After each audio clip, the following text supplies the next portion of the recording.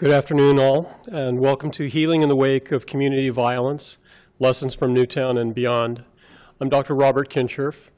I am Senior Fellow in Law and Applied Neuroscience for fellowship that is jointly organized by the close collaboration between the Center of Law, Brain, and Behavior at Massachusetts General Hospital and the Petrie-Flom Center for Health Law Policy, Biotechnology, and BioEthics here at Harvard Law School. I welcome you all to this event on behalf of the Faculty Director of the Petrie-Flom Center, Professor I. Glenn Cohen, and the co-directors of the Center for Law, Brain, and Behavior, Dr. Bruce Price and Dr. Judith Edersheim. This event, Healing in the Wake of Community Violence, is also co-sponsored by William James College and the Science, Religion, and Culture program at Harvard Divinity School. Today, we will first view the film Newtown and then take a brief intermission to gather our thoughts and then hear comments from panel members before engaging in discussion with them. Now it's my pleasure to introduce Martha Minow, Professor of Law, and the Morgan and Helen Chu Dean of Harvard Law School. Dean Minow is a renowned legal scholar, human rights expert, and advocate, and as Dean, a calm and visionary leader in legal education, and not incidentally for my life, was a generous mentor to me when I was a student at Harvard Law School. At the end of this academic year, Dean Minow will step down as Dean and continue as faculty member her active contributions to public dialogue, legal scholarship and policy, and probably most importantly for folks like me, teaching and mentoring students. Dean Minow?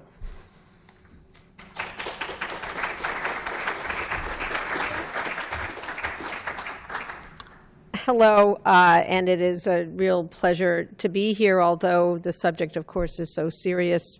Dr. Kincherf, I think you got it wrong. You were my mentor. Let's get the facts right. This is a law school where words matter. In fact, our tool of trade is words. But there are some topics where words fail. This is such a topic. As we near the 5th anniversary of the terrible shooting in Newtown, we just had the anniversary of the Virginia Tech shooting. We can't even keep track of all of these horrible, horrific events.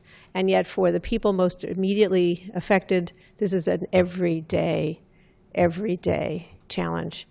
And that's one reason why I am really so impressed by this film.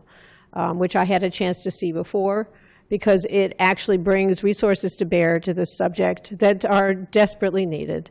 And it's another reason why I'm so pleased by the collaboration that led to this particular event, because it will take people who are experts in words, and experts in healing, and experts in religion, and experts in neuroscience to try to make sense, but more importantly, find pathways beyond the trauma and tragedies of mass community violence.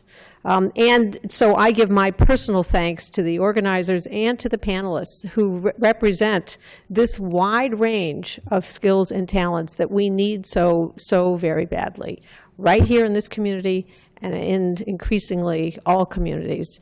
So welcome to Healing in the Wake of Community Violence. Thank you for being here.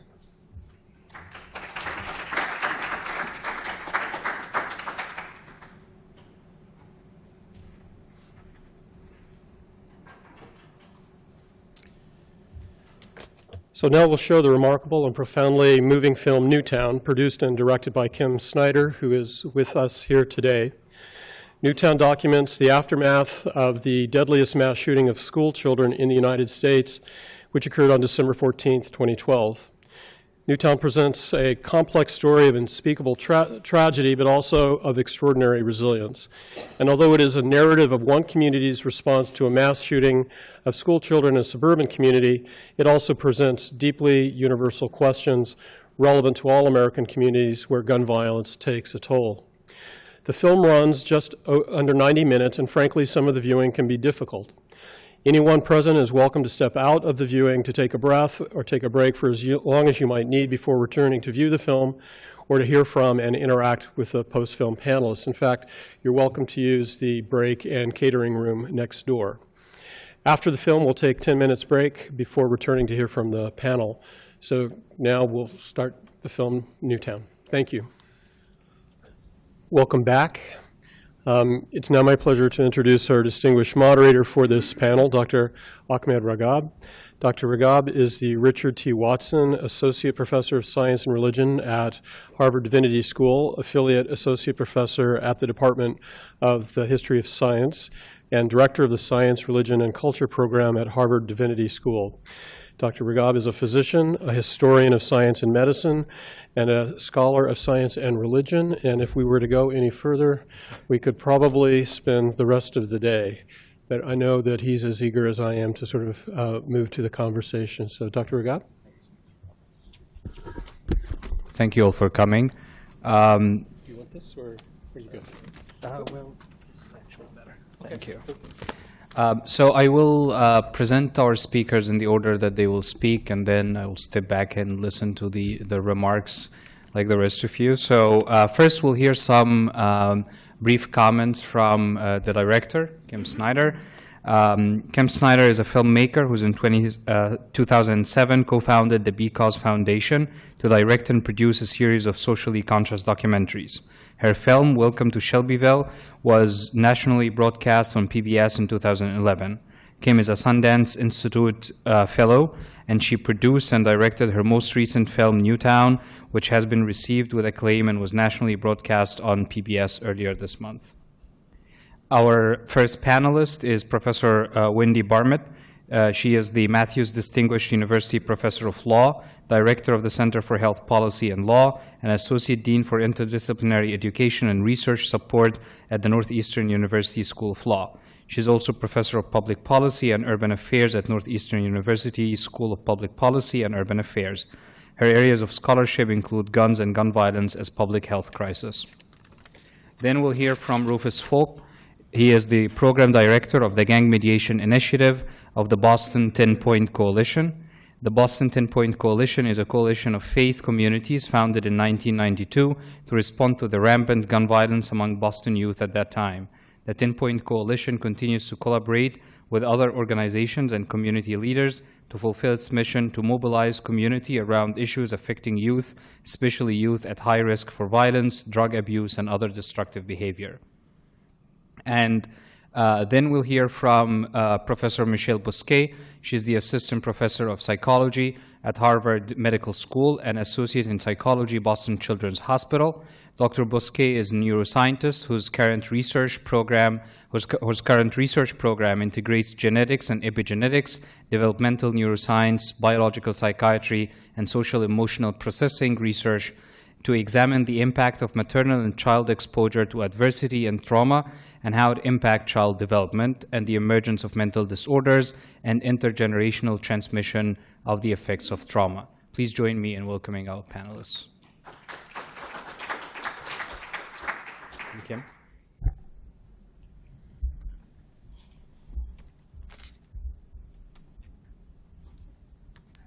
Hello. And I want to begin by thanking you and thanking Chrissy and all of the people who put this together, my colleague Anne from Transform Films, who was involved in helping to initiate this. But it's really an honor to show the film here at Harvard Law School. And I'm only going to take a few minutes because I'm so curious. This is sort of an unprecedented opportunity for me to hear from experts and scholars. I set out 4 years ago, just after the tragedy, in some ways happenstantially, but I was drawn to a story of collective grief and trauma, more so than in the beginning approaching it as an issue film about gun violence. And my producing partner, Maria, and I felt that we hadn't really seen a treatment of a collective trauma, this kind of trauma, the long tail of it for years out, and really stayed for 3 to 4 years in and out of that community, building trust. So what we felt was rare and important to do here, which was very tricky. I think that the whole experience of a term I at one point came to know as a layperson and filmmaker was, this term of existential trauma and what happens when this trauma that is so personal and close to those who lost loved ones reverberates out. We hadn't seen something that really looked at those ripple effects, but in Newtown, my experience was that idea of survival guilt and all of these silos of sub-communities that really were fractured and broken and frozen was devastating and intriguing to explore, certainly as a documentarian, and that's why it was so important to us to show the perspective of the doctor and the priest and the neighbor and the others that you saw. So it was very intuitive. I didn't do, as you could see, the film isn't a lot of facts and figures, but it is meant to open up dialogue. And we premiered last year at Sundance and have really been traveling on the road for over a year in hundreds of community screenings. And it's been coming in through this lens of collective trauma and seeing the reaction around the country to this as a story about grief as much as it inspires. I'll be curious to hear your responses to it, but anger and frustration about the issue of gun violence as well. It's been just a remarkable learning experience in all different parts of the country.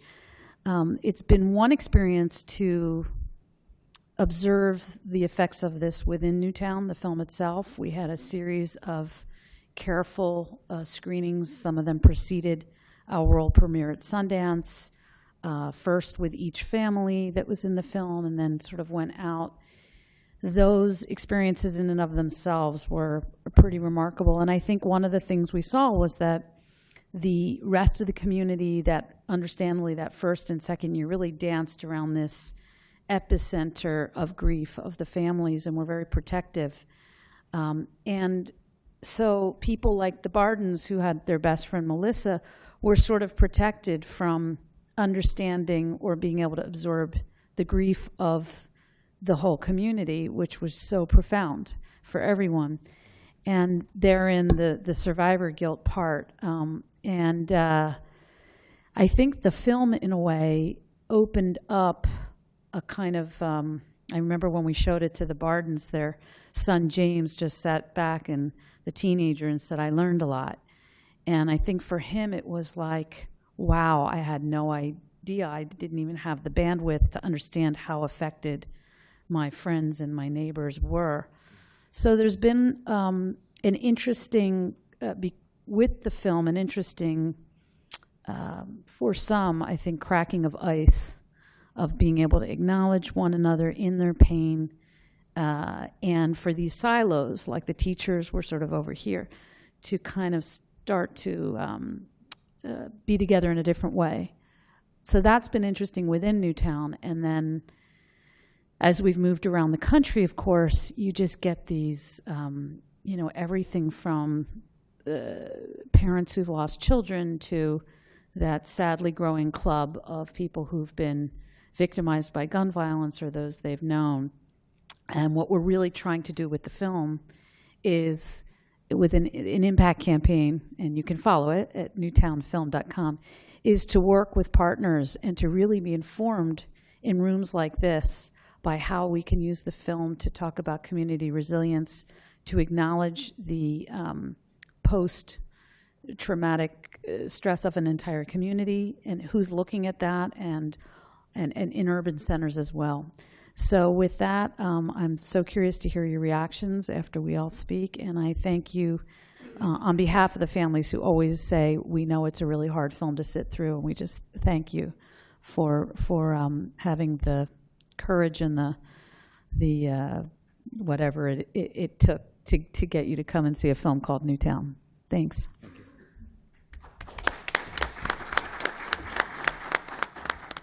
It's truly remarkable, profound, and moving film. I'm so humbled to have the opportunity to talk to you today. And I was asked to talk about a public health perspective and what might that bring to bear on this. And I knew that certainly my slides could not do justice to what we just saw, and nor could my words. We're at a place right now where only art can go. But I did think of a poem that I think of frequently when I think about a public health perspective, which is John Donne's 1624 Meditations, because truly the children of Newtown were part of the continent in which their family and friends and community and all of us live. I'm going to try in a few minutes to talk a little bit about why I think it helps, what insight I think we gain from thinking about what happened in Newtown as a public health problem and what that might mean. And I think the film illustrates this in many ways, some of which are paradoxical. I put up on the slides a definition from Merriam-Webster's. There are many others. But what I want to emphasize here first is the health of people in general. We're talking about groups and not just individuals. And I want to begin by saying Newtown, your film both shows that and also shows the paradox, because it is at once so intimate and personal, and yet also about this community, this continent that is affected. So what do we mean by a public health problem? I want to mention several different attributes, I suppose, that I think were illustrated in this film. One is the magnitude of the problem. Another is the externalities or effects on others. Another issue is that these problems are not individually determined. We take what is known as the population perspective. And we need to recognize that different populations face different risks. We might focus on prevention over treatment. And then we might think about social or even legal interventions. And since I'm a lawyer and this is a law school, I have to go there. So gun violence in the US, let's talk about the magnitude of the problem. In an average year, in a typical year, there are over 33,000 people in the United States. Over 2,000 children die due to firearm violence. A very large number. Yet it's important to understand that most gun deaths in the United States are actually not homicides. Most are suicides, over 21,000. Yet 71%, over 71% of all homicides are committed with firearms. Around 78,000 people a year are shot but survive. But I also think it's important, so the magnitude is quite high. Gun violence is much higher in the United States than in other industrialized countries. But, and this is a little hard to say after this film, mass shootings such as the one in Newtown are actually relatively rare. They're not actually emblematic of the problem. This is data from Mother Jones, and the data is, debatable because you can define this in different ways. But they talked about only 129 events with 4 or more fatalities from a lone shooter since 1966. Okay. A few more slides, and this I have to thank my colleague Matt Miller. And you can see total firearm deaths is the gray, suicides below it, and homicides far lower than that. It's also worth noting that firearm mortality varies quite dramatically in the United States by state, and if we could go down by county or census tract, we'd even see dramatically different. Newtown is also different because actually, it happened in a low prevalence area.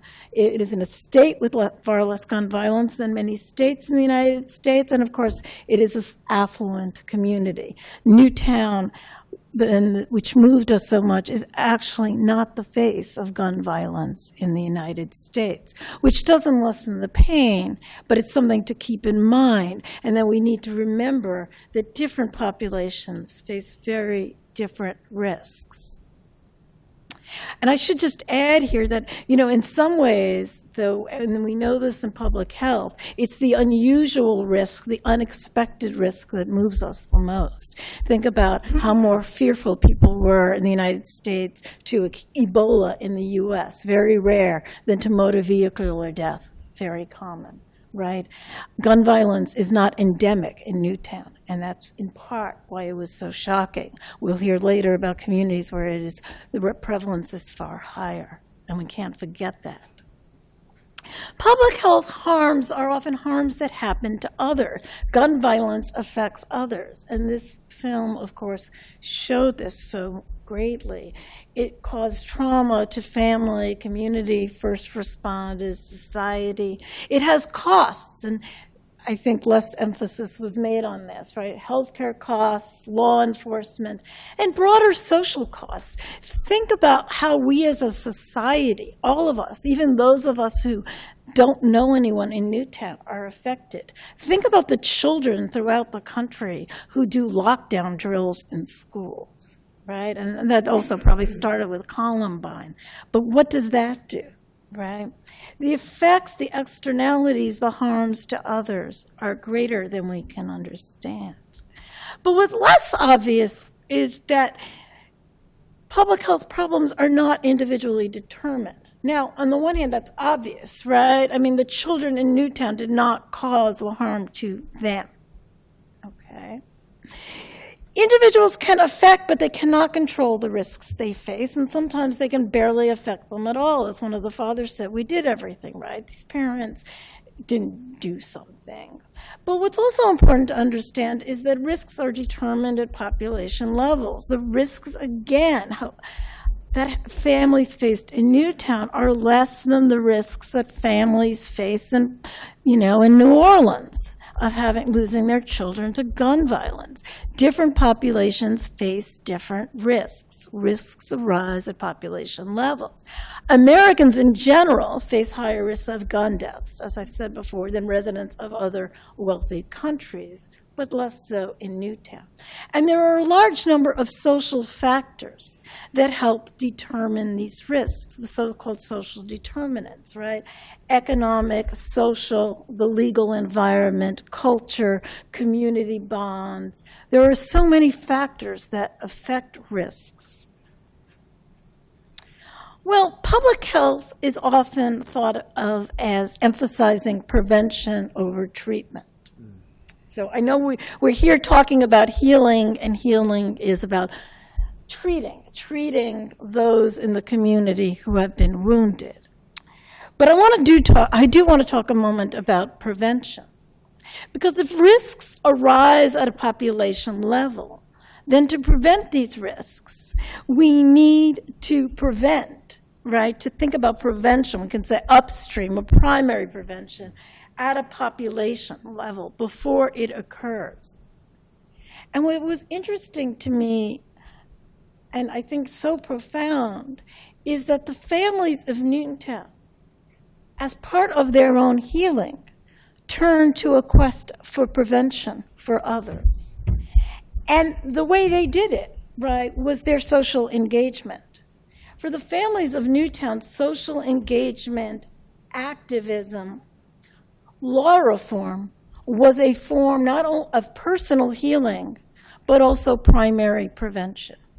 They saw changes in the gun laws and their ability to advocate for those changes as a means of prevention, because they understood that the risk that their children faced, and that they, of course, also faced, could not be prevented at an individual level. There was nothing that could have been, somebody could have, if somebody could have, should have known, done something about Adam Lanza, but that doesn't get to the source of the problem.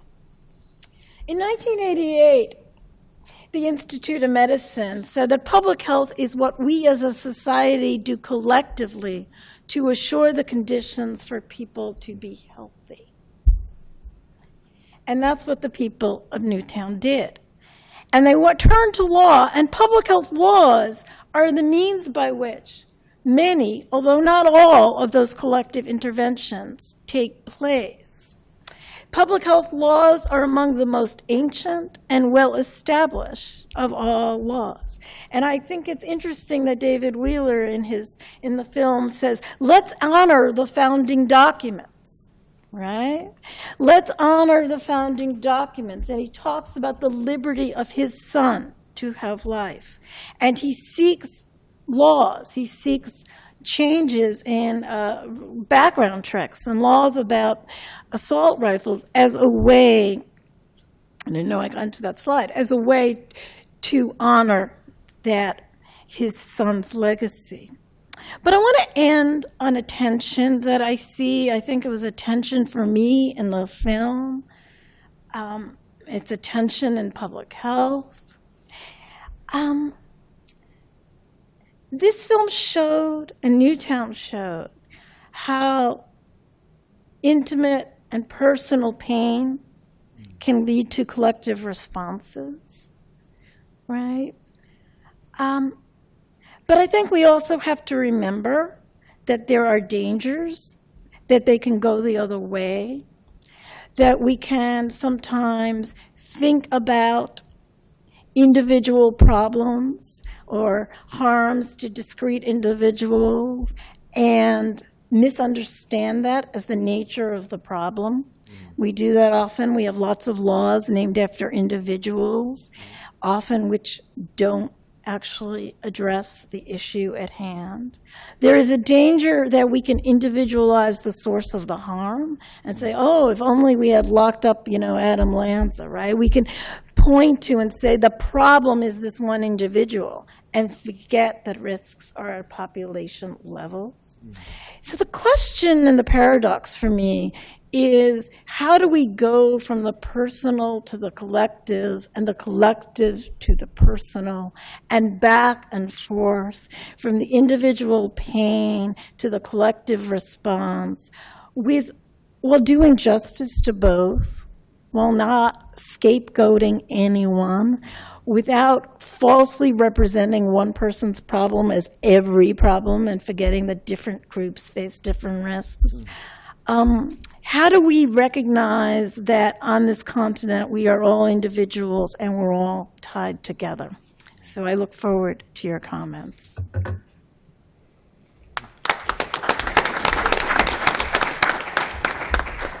Good evening, everyone.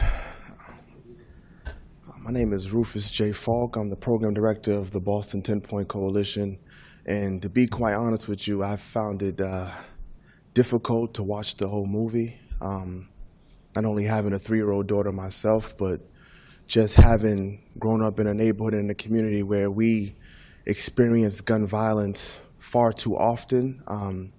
I realized how traumatized I was already, and I sort of knew my limit, that I couldn't complete watching the whole movie, but I knew it was great work, and I really appreciate what you did. And I want to make sure I honor those victims, but also the victims who never get documentaries made for their loss of life. I just wanted to start with just to give a little personal context. I can remember my first sort of inclination that violence was around me was when an 11-year-old girl named Tiffany Darlene Moore was murdered. And I remember hearing the story and then going to camp and talking to my friends about it and then being fearful that something like that could happen to me. She was just sitting on the mailbox, minding her business with her friends, and she was hit by a stray bullet. She was killed. And then I remember having a sense of fear that, could this happen to me? It was 1988, and I was 6 years old. So we had 6-year-olds who were talking about violence, talking about homicides, and feeling that it could quite possibly happen to me. And that feeling doesn't go away, and you don't realize how much you're impacted by those instances of violence, those instances of trauma, sometimes some people never realize it, but as a 35-year-old man, I realized that's really where it started for me, starting to be desensitized by the violence events that's happened in my neighborhood. That feeling of unease, that feeling of nervousness that I too can potentially be a victim of a stray bullet or a victim of violence, struck up again in 1994 when a young man who was enjoying Halloween in his neighborhood was shot and killed. He was 9 years old. And mind you, this happened about 0.3 miles from where Tiffany Moore was murdered at. This is all happening in Roxbury, the neighborhood in which I grew up in. And this community had to suffer through the loss of a 9-year-old. But then at the loss of this 9-year-old, what trauma services were then available to this neighborhood? Who seeked out those young people who were out there with him and tried to make sure that they were able to put the pieces together, to make sure that they had somebody to talk to, walk them through this process? Because unfortunately, that community, which is Academy Homes, has had to deal with its fair share of homicides. And unfortunately, those homicides that happen within our community are just left for us to deal with. We have to deal with these instances by ourselves. There isn't this collective, this is a Boston issue. There's this, oh, that's just a criminal issue that's happening within this neighborhood. That's what happens over there. And unfortunately, as I've grown up and I've matured and been able to experience certain things, I've been going to funerals for my peers since I was 13 years old. And then you begin to feel as if this is your normal. And you don't realize it's abnormal until you have a conversation with somebody who's never experienced some of the things that you've gone through. And I say all that just to say that we're dealing with, and I'm going to keep this strictly to Roxbury, we are dealing with a community that has dealt with shootings, has dealt with homicides for the last 35 plus years. And there has never been a sense of this Boston strong, where as a community, how do we address this issue? And I think you just brought up a good point about this idea of a shock value. When there's a shooting happens in a place that is not expected, there's this shock, and we're trying to figure out, okay, what happened? How do we address this? How do we ensure that this never happens again?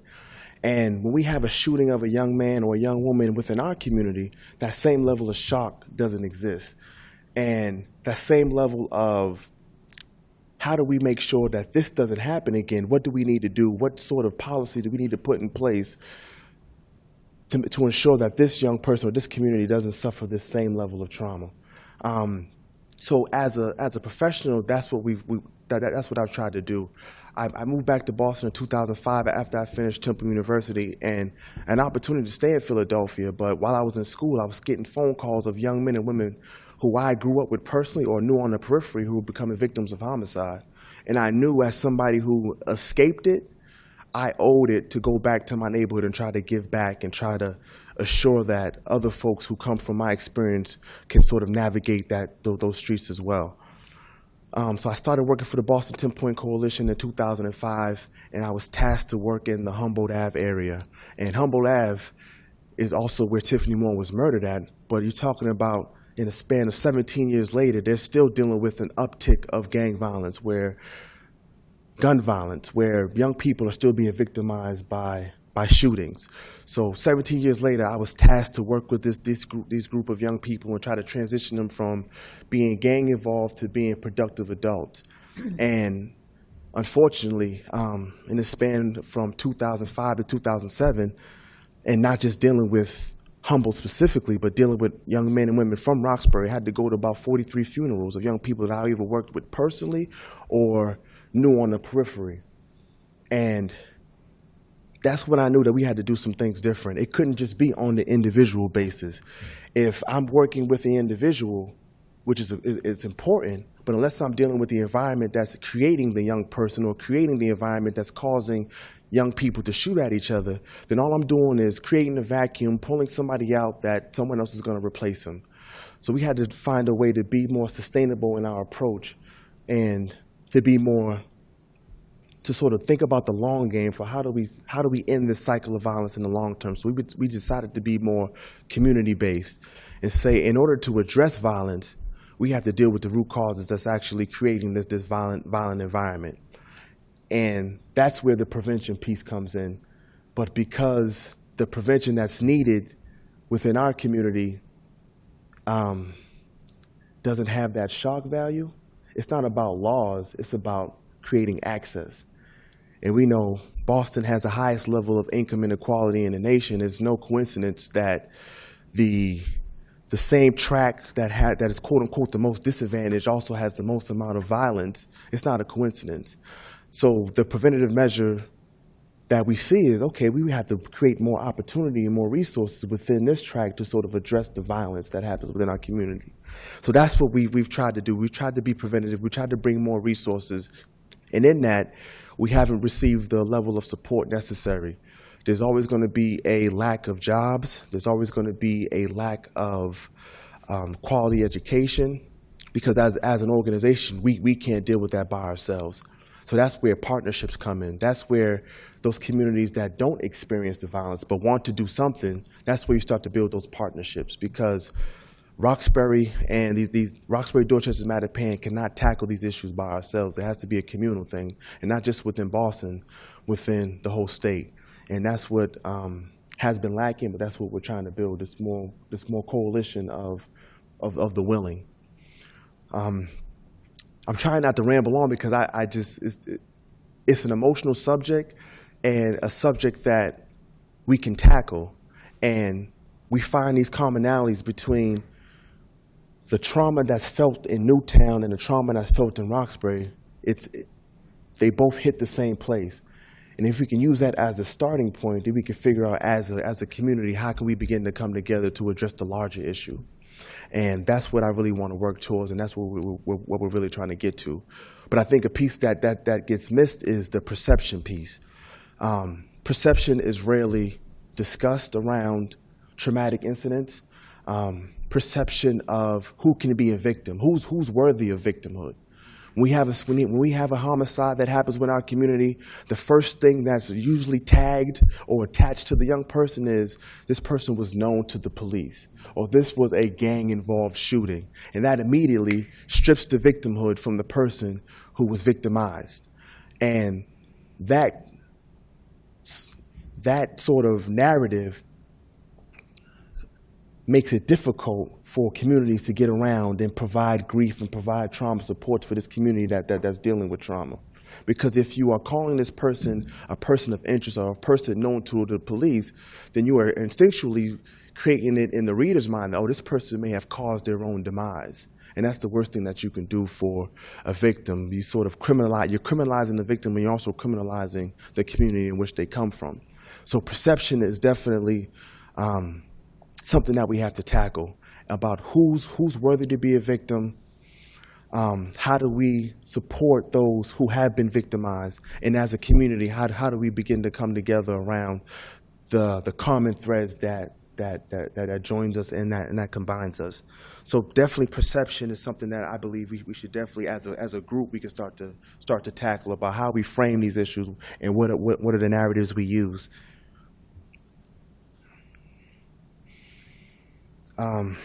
Also, one of the things around prevention, as an organization, we decided to try to build a trauma protocol, because oftentimes we've had shootings in our communities, and every individual impacted doesn't receive the necessary support to sort of make sure that they have the mental health support. So we don't have a retaliatory situation that happens right after, or we don't have a situation where young people or families or communities who are grieving are sort of being left out in the lurch and not receiving the supports necessary, which can, like, again, create that ripple effect where this one instance can cause 2 to 3 more instances and further traumatize the neighbors. So we're building a trauma protocol where we don't have one individual trying to be the trauma support for all instances. And that's what we had. That's why I got burnt out, where I felt like I couldn't do the work anymore. I didn't want to go to another funeral. I didn't want to go to another crime scene, because I was tired of seeing young people crying. I was tired of going to funerals and hearing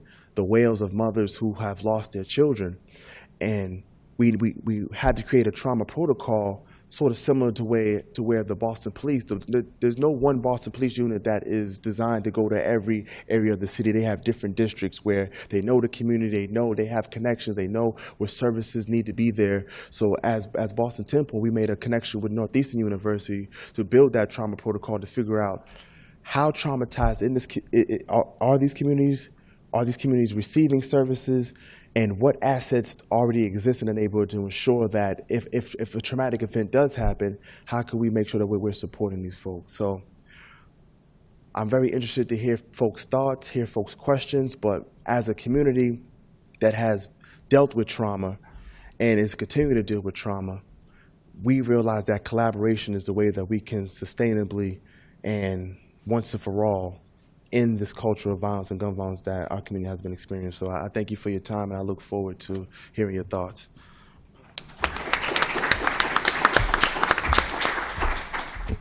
Good evening. So I am focusing my talk on the neurobiology of trauma, and particularly in the context of vicarious traumatization, and how do we tend to those people in our community who are tasked with healing those who've been affected by trauma. So the Diagnostic and Statistical Manual on Mental Disorders provides a definition of trauma, which involves exposure to actual or threatened death, serious injury, or sexual violation. Not surprisingly, direct exposure would count as a trauma, but it's also important to note that it's not just direct exposure, but also witnessing such an event, learning about an event happening to a close family member or friend, or hearing repeated or extreme exposure to aversive details of an event. So this brings us to what I think are often hidden victims of trauma, which I think came out very poignantly in the film, that there are many people whose jobs are to treat people who are affected by trauma, but often I think their trauma is not recognized. So this includes first responders, such as police officers and firefighters, EMTs. We saw that police officer, that sergeant who spoke in the film.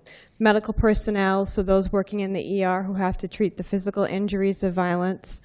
And then mental health professionals, clergy, and other community leaders who are really tasked with holding the emotional effects of trauma from people in their community.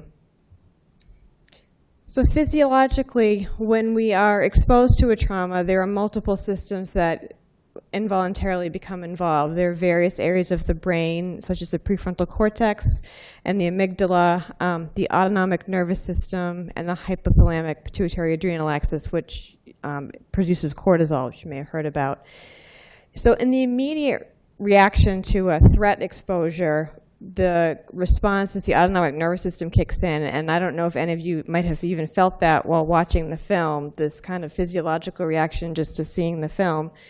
And you've, I'm sure, heard of fight or flight, and then there's also this third freeze. So this desire to either fight the threat, flee or run away from the threat, or become immobilized by the threat and unable to respond.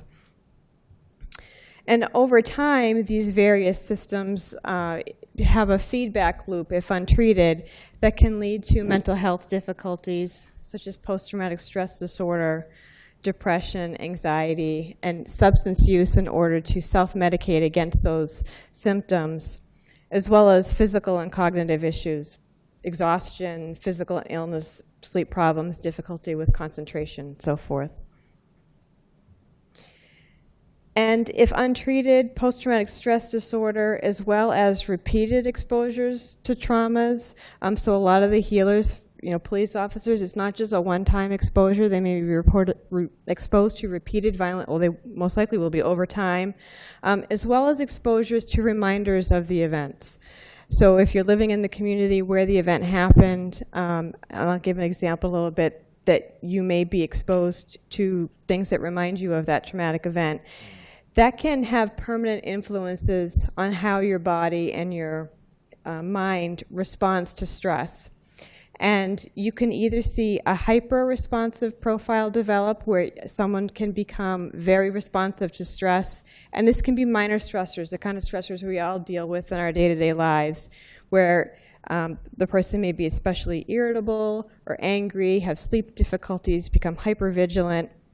Or there can be a more hypo-responsive effect. So having difficulty having feelings, connecting to other human beings, their own family members, feeling sense of love, being able to picture a future can be diminished.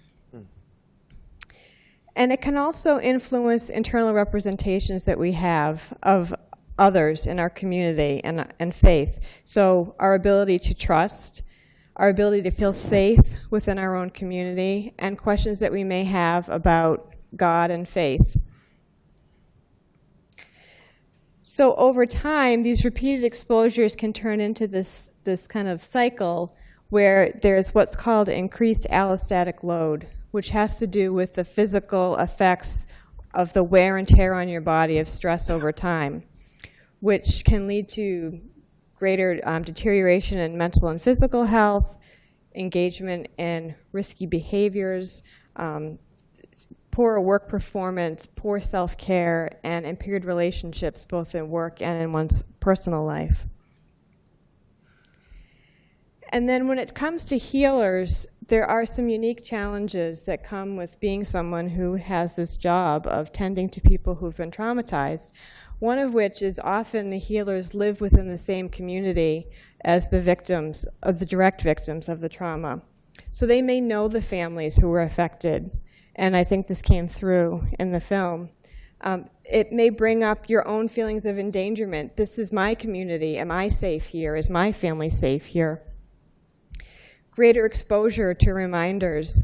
This picture is actually one from Newtown. It's a memorial that you often see crop up after some kind of tragic event, but if you have to drive by it every day, that can be a constant reminder for you of the traumatic event. And then also you may have the sense that there's reduced access in your community to safe havens. You know, where can I go? Home is supposed to be where I feel safe, and that now no longer feels like a safe place, or maybe it never did feel like a safe place.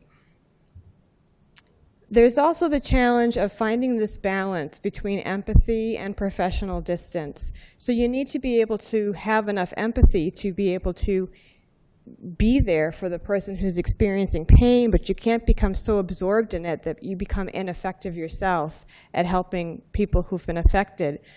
So that means overcoming that fight, flight, or freeze response. If you think about, particularly, I think about this in the context of first responders who are coming on an active shooting scene, not only do they have to dampen down those feelings, but they actually have to act against them and go towards the threat. So they don't have the option of ignoring or running away from the threat. Also, if you are the doctor and in the ER or the nurse and a patient comes in and you know that patient, the amount of emotional effect that would have on being able to then do your job, which is to medically treat that patient, may be impaired. It also may make it more likely that you identify with the victims. You know, I think oftentimes on the news, I've noticed that when you see stories of first responders who have responded to a scene and there may be a child who is involved, you can see them start to break down and say, I have a child at home that age. And that personalizing, I think, makes it a lot more challenging. And you mentioned yourself, you have a 3-year-old daughter. And then that can trickle down to parenting. So if you feel not safe in your community, you identify with the victims, it can influence how you then go home and parent your own children. Do you become more protective, potentially overprotective? And then are you able to take care of yourself? Self-care, taking the time to attend to your own physical, emotional, mental, spiritual needs is incredibly important, but I think often neglected among people who consider themselves healers in these situations. So I've mentioned this a little bit already, but it can bring up these questions around safety. So is my community safe? And how can I keep those who are under my protection safe, particularly when it comes to violence, which is often unpredictable. You don't know when, where necessarily it's going to erupt. And then what about your own safety and your family safety? The thought that could have been my child, or that was my child, or my neighbor's child, or my friend's child, can be paralyzing. And then issues of guilt. You know, if you were on the scene, could I have done more? Was I somehow negligent in my duties that children died while I was there? Am I doing enough to help people heal? And if this is having an influence on me, am I failing my loved ones because I'm withdrawing or I'm having difficulty with my own coping at home? And I mentioned briefly before, issues of trust. It can really raise questions about whether you find other people trustworthy and who might hurt you or your loved ones. And then there's also the question of if you recognize that you are having difficulty or that it's hard for you because you're dealing with this vicarious traumatization, who can you go talk to about your pain? Are there people you can talk to that you can trust? And why should you trust anyone? And then I think sometimes faith can be a very important support during times of crisis and trauma, but it can also be a time when people really question their faith. How could God allow this to happen? How can there be a God if something like this can happen? And perhaps if you're someone in the clergy, how do you provide comfort to the people in your community when you don't necessarily have all the answers yourself? I think oftentimes people who are healers think that they're supposed to be the strong ones. They're supposed to be shouldering the burden for those who've been victimized. And so it can be seen as a form of weakness if you feel like you need help or are having difficulty coping. And so what happens if you show quote unquote weakness? And I think there's a stigma around this. What happens if others find out that you need help? How do I even know if I need help? Of course, if there's something traumatic that happens, you'd expect that you would be upset after, that there would be after effects. But when does it rise to the level that it's important to seek out help? And where can I go for help if I think I do need help? So I think this has some implications for intervention and policy, that there needs to be a place for individual treatment for the healers and a place and a way for people to be able to obtain self-care. And I think for people who employ these healers, there needs to be proper training so that they can recognize that it's important to provide this kind of support when it is that an employee or someone in their community needs help and what kind of help is appropriate to provide. And I think there also needs to be a culture that supports this kind of reaching out. So you provide care that's accessible and private, and that there's a culture that says not only is it okay, but we promote you going to get this kind of help if you need it. And then, institutions don't necessarily have to be on their own. I think you mentioned collaboration, and I was fortunate when I was in New Orleans working on a program, the Violence Intervention Program, which is a collaboration between the psychiatry department at Louisiana State University Health Sciences Center and the New Orleans Police Department. They see a lot of violence in New Orleans. And this collaboration allowed the police officers and other first responders an access to the psychiatry department to provide support and training for the police officers. And so that was in place when Katrina occurred, and the mental health professionals were there to provide support. I believe they even did it on boats when there wasn't even a building in order to operate. And at the societal level, I think we need to have more recognition of this concept of vicarious traumatization. We need to destigmatize mental health treatment. I think we need to, too often it's seen as seeking it out as a sign of weakness or there's something wrong. It needs to be treated as just as important as treating your physical health. And that there needs to be proper funding and resources to support treatment for first-line responders so that they can continue to work effectively, but also to honor the work that they do in our community. Thank you.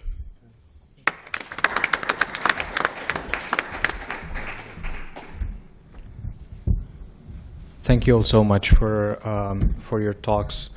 I think it's, all the movie and then the talks bring very important points about thinking about gun violence from as a public health issue, as an issue that's affecting communities, an issue that's also affecting, causing trauma for the responders and for people who are trying to do something about gun violence. And I think probably if there is a dominant theme that we had in the film, but also in the talks that we had, is that we need to have a larger view of gun violence and think about it more generally. So not only about the poster events that come to shock our consciousness, but also the other forms of gun violence that are everywhere, or even to think about the larger infrastructure of gun violence. So in the film, there was a discussion of sort of quantitative and qualitative thinking about guns in a way, in terms of the types of guns and the place of guns. And of course, Newtown happened 10 months after Trayvon Martin was killed. So it brings in another form of gun violence, which is related to extrajudicial killing, to the stand your ground laws, and that lead to the killing of a lot of people, to also the militarization and weaponization of the police force, which leads again to other victimization of different communities. And which brings me to sort of my question to the panel: what would the issue of, or dealing with gun violence as a public health issue, add to this discussion? So how can we think about these communities that are, as Michelle just mentioned, that questions of safety and lack of safety affecting big communities or affecting communities in general, and this is obviously need to be thought of in relation to the different communities, relation to race questions in the country. So where some communities are not even feeling safe calling the police to help them. And how can we think about solving the problem or enforcement of gun laws in an infrastructure that has the enforcement of laws is largely racialized, where it is enforced differently towards different communities, and where, again, there are places where the response is to send in the troops or the National Guard or whatever to control a gun problem. So what does, in your opinion, the public health approach bring to this particular question? So,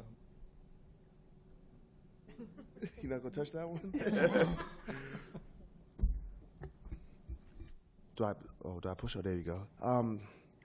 I think the great thing about bringing public health into the gun violence space is that you start to look at the systemic causes. Or you're looking at root causes of gun violence. You're not, unfortunately, when we have instances of violence within our community, we are quick to point the finger at the 15-year-old that pulled the trigger broad daylight, but we rarely talk about the environment that created that 15-year-old. So when you're looking at it at a public, taking a public health perspective and looking at gun violence, you're looking at the causes systemically that created that environment that allowed that 15-year-old to again pull the trigger. What were the system failings that created that environment? No, I absolutely agree. I think you're going back, as I tried to say, to think about the social roots, recognizing that the issue, and your point about the racialization of this, the different communities are affected differently. So you have to understand the complexity, that these issues are multifactorial, that they're complex, that they play out in different communities differently. Another thing that I think we haven't mentioned so far, but it goes without saying, is that a public health perspective should be evidence-based, right? We want to, there's a lot of misunderstandings out there about the nature and causes of gun violence. One of the reasons I put the slide up about suicides is I don't think most people understand that most firearm deaths in the United States are by suicide. We need to have much more evidence. There's been a real, the federal government has, for a very long time, limited, they've not completely barred, but they certainly have limited research on gun-related violence. So we need more research to understand the root causes. And we need a willingness to tackle some of these hard issues, which are precisely, the ones you're talking about. But the last thing I want to say is when we look at things at a population perspective, it's also important to recognize that we can make significant differences in terms of magnitude and trauma in individual lives, even if we don't solve the whole problem, right? People will often say, well, what difference is it going to make if you do X, Y, Z? And the answer is, it might not, what Adam Lanza, even if you had had better background checks, his mom had bought the guns. Yeah. And without getting into, the pros and cons of any one thing, what I want to say is that may always be true. There probably is no silver bullet, no pun intended, to this problem. But that doesn't mean we can't make interventions that, although they can't stop every shooting, can't, when we pull back at a population level, lower our incidence.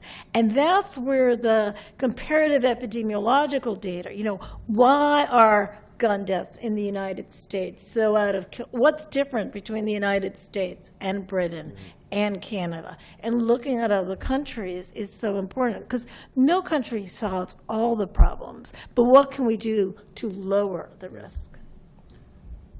I was just going to add, from my perspective, I think one of the biggest reasons to, and hopefully the film will help to do this, to reframe it as a public health issue, is behavioral change. You can imagine in 4 years how many people see the film and say, that thing you hear all the time, if nothing happened after this, if it didn't push legislation. And one of our goals was to have this film try to move this out of this horribly polarized political space, which of course it does live in, but to have behavioral change so that we know those numbers, that there are upward toward 90% of Americans that want background checks, so for them to begin to think of it more about the way we approached other problems, with automobile deaths or with, tobacco use.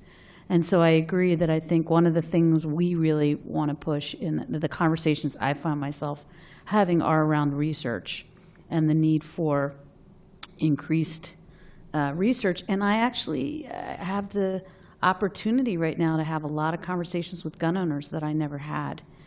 And you'd be surprised at how far I get with middle ground kind of people, even if I have different opinions, when I say, but wouldn't you want the data to back up your assumption that, for example, if they say, these shooters are going to target gun-free zones more, well, that's not what the evidence is saying. So that's something I feel privileged to be able to have those conversations in the heartland as I show the film.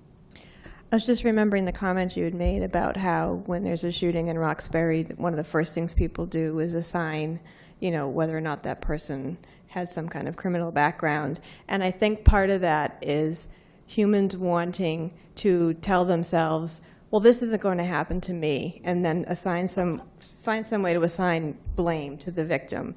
And Newtown kind of shook that up because, as they said in the film, there wasn't anything we could have done that would have prevented this. And I think a public health perspective would force us to overcome those tendencies to try to victim blame so that we can make ourselves feel better and safer by getting at what the causes are for the violence. Thank you so much. So now we are open for some questions or comments from the audience.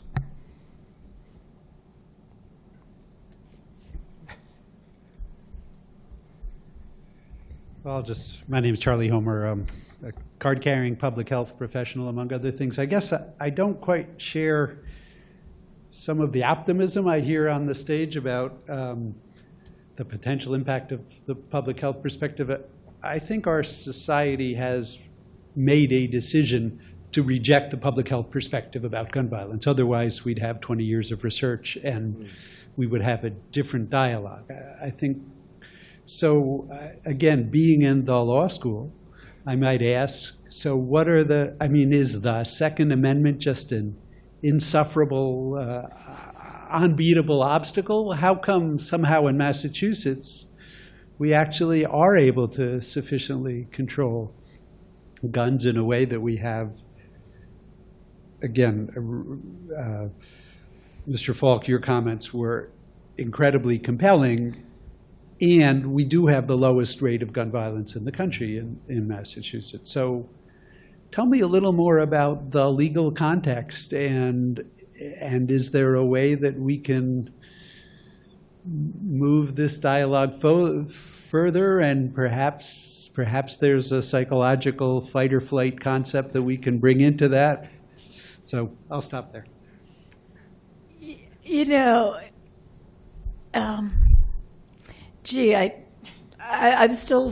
I'm freezing up the suggestion that this was optimistic here. This has been so sobering, and certainly, you know, this is not an optimistic moment for thinking about tackling these issues.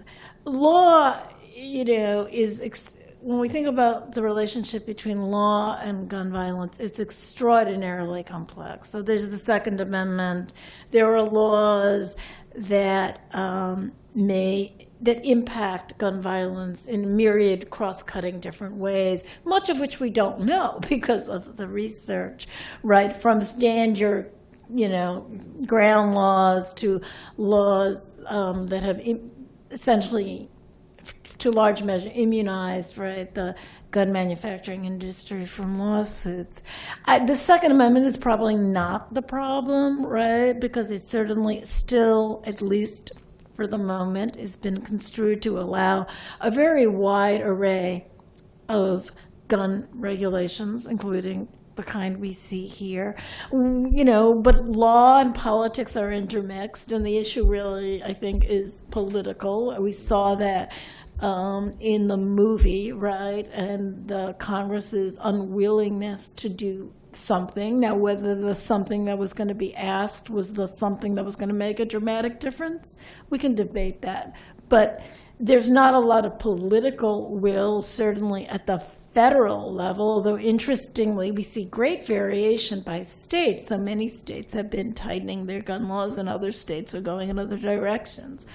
The Second Amendment for me right now at the moment is more rhetorical, right? And that's why I say law and politics are complex and intertwined. It serves as a rallying point to give a legal imprimatur of constitutionalism, of, you know, the founding faith that regulating guns is, right, violative of our fundamental rights. And that's very powerful. It's very rhetorically powerful. And as for the politics, I'm not optimistic at this moment.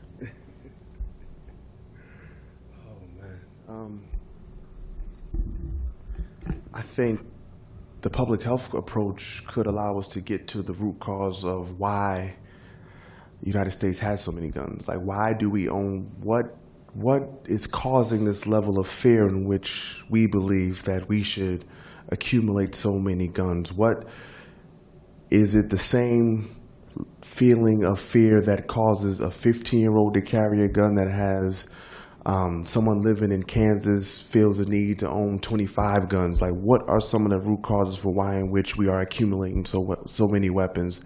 That may allow us to get to some of these, or start to have some of these larger conversations for that problem. And I think that could sort of cause us to sort of change the conversation. I didn't take this as being too optimistic, but I do see some sunshine in the horizon, because I think it's going to cause us to have conversations that we haven't had before, like honest conversations about institutional racism, about perception, about, again, getting at these root causes for why, or the connection between poverty and violence, or the connection between fear and violence, like, and also going across communities, urban and suburban, rural, and having these conversations about how violence impacts each other. It impacts these different environments, and then what are the commonalities that sort of are going to drive us together, to cause us to work together to try to deal with these issues in a more uniform or a more united way. So I'm a little bit optimistic, just a little bit, a wee bit optimistic. Other questions? Go ahead. Hello. Actually, Rufus, you're the reason I came here. Because I've worked for DYS, Okay. and I was really appalled by how many kids were locked up. And I was also appalled really early on when one of my students was shot and killed. And another student committed a homicide, is a young person I really liked a lot, Michael. So I felt like I wouldn't come here unless there was some talk about race in this discussion. I just couldn't come here. Yeah. So I guess one of my questions is, I went to a talk 2 days ago. James Foreman, I think, spoke, and he said the black community asked for more police at one point, and they also asked for more looking at the root causes. And what they got were more police, but they didn't get a lot of help with the root causes. And do you know what I'm saying? Which, as you know, has played out really badly. What do you think needs to happen for us to start looking in Roxbury and Dorchester, Mattapan at the root causes and to really fixing those? Because when I've worked with kids who've committed after I worked with those young people, I worked in specifically a facility where kids had committed homicides. And I was really struck by these were not evil kids. These were just kids that had so much crap thrown at them in the systems they were part of. How do we get people to finally focus on making those communities have better systems? I think first of all, you put a lot of pressure on me. But secondly, I think it starts with acknowledging that the system has failed these kids and these populations in this community. And that acknowledgement will start the conversation about, okay, which system has failed and how? How has the public school system prepared our young people to enter into the local economy? How does income inequality, or what's the relationship between our school systems and income inequality? What's our relationship between the housing crisis and income inequality, and how do these instances and these issues impact the violence we see within our community? Like you said, we have to discuss the race issue within the city of Boston. We still haven't gotten over busing in the city of Boston because we haven't even had these conversations about how busing has impacted and further segregated not only just residentially, but just segregated opportunity, where certain opportunities are just not being just not being available to every neighborhood and every young person within the city in which we live in. Again, you meet young people who are getting incarcerated or who are gang involved, and 99.9% of them don't want that life, but they just feel like that's the only way for them. We do have that 0.011% that needs some time away, but for that, the vast majority, the system has failed them and they don't see another opportunity or another avenue for them to be successful. And as adults, that points to us as a failing. How are we preparing our young people to be productive adults? Because we have so many adults who are unemployed and underemployed because they didn't receive the necessary skills or necessary support to enter into the job market or enter into the local and regional economy. So there are definitely systemic issues that we have to deal with. And the city of Boston, we haven't done a good enough job at discussing how race impacts that, discussing how segregated our city is, not only by neighborhood, just by opportunity, how opportunity isn't given equally, how zip code largely dictates your level of success, how the high school you graduate from dictates your level of success, how whether or not your community has a certain amount of college graduates can dictate your community level of success. So until we are willing to tackle those issues and have honest conversations, we still act as if racism doesn't exist in Boston.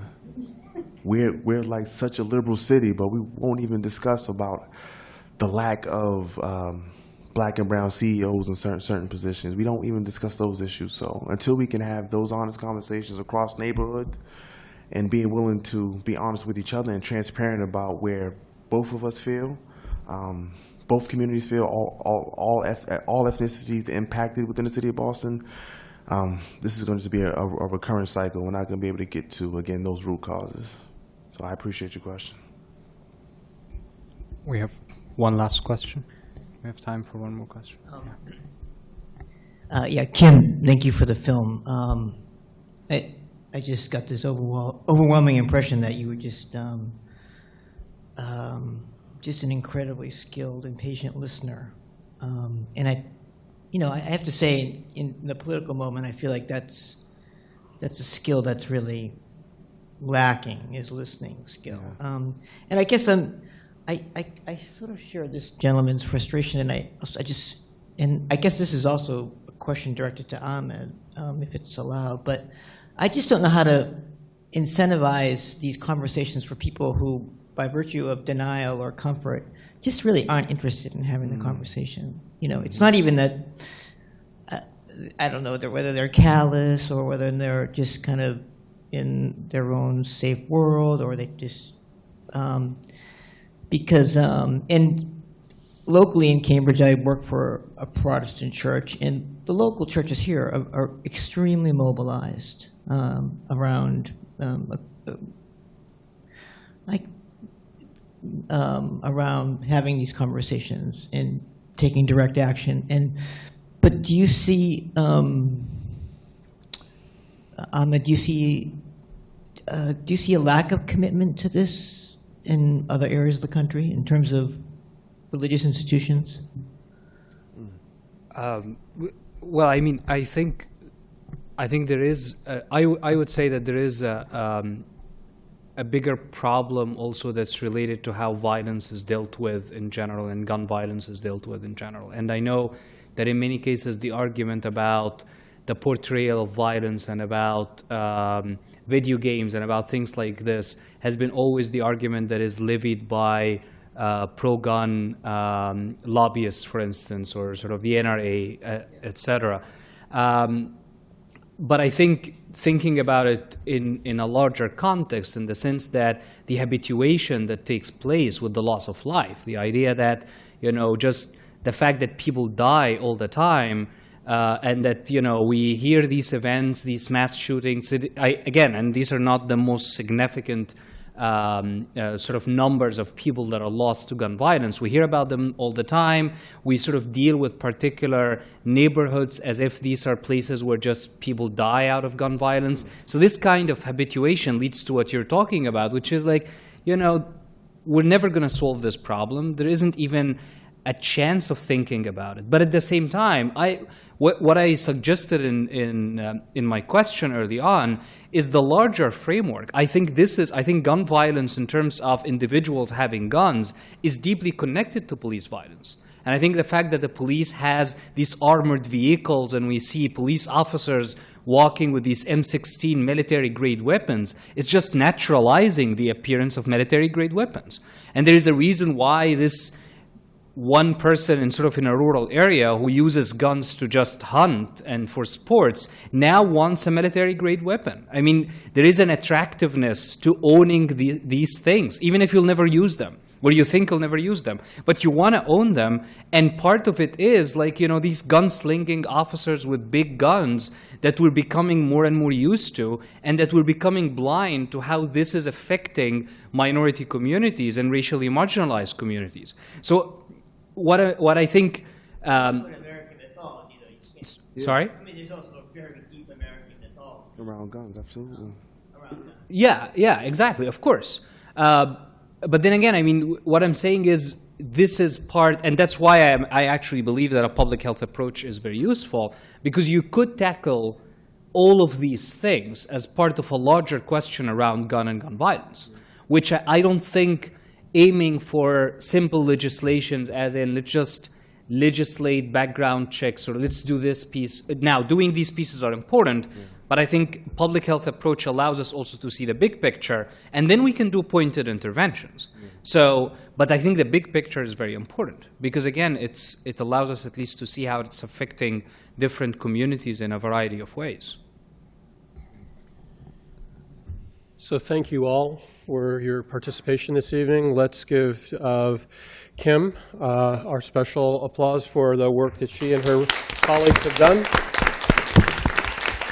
And a second round of golf claps for our panelists who generously gave up their time for us and brought us their thoughts and expertise. And thank you all to you. Thank you.